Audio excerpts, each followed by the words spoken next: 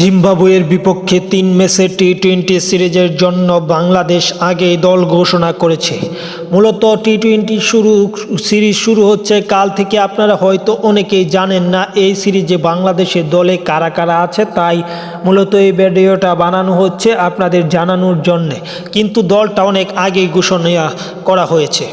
টি-20 দলে অধিনায়ক হিসেবে আছে তাওহিদ হৃদয়, যেখানে নিয়মিত অধিনায়ক লিটন কুমার দাস দলে নেই ইনজুরির কারণে, সেই হিসেবে তাওহিদ হৃদয় আছে পারভেজ হোসেন ইমন, তানজিদ হাসান তামিম, আছে মোহাম্মদ সাইফ হাসান, আছে মুসাদ্দেক হোসেন সৈকত, তিনি টি-20 দলেও ডাক পেয়েছে। ইয়াসির আলী চৌধুরী, তিনি অনেকদিন পর টি-20তে ডাক পেয়েছে। আছে নুরুল হাসান সোহান, শেখ মাহাদি, নাসুম আহমেদ, রিশাদ হোসেন, যারা টি-20তে প্রতিনিয়ত বাংলাদেশের দলে খেলছে। শরীফুল ইসলাম, মুস্তাফিজুর রহমান, নাহিদ রানা এবং মোহাম্মদ সাইফুদ্দিন ও আব্দুল গাফফার সাকলাইন, তিনিও এই দলটাতে আছে।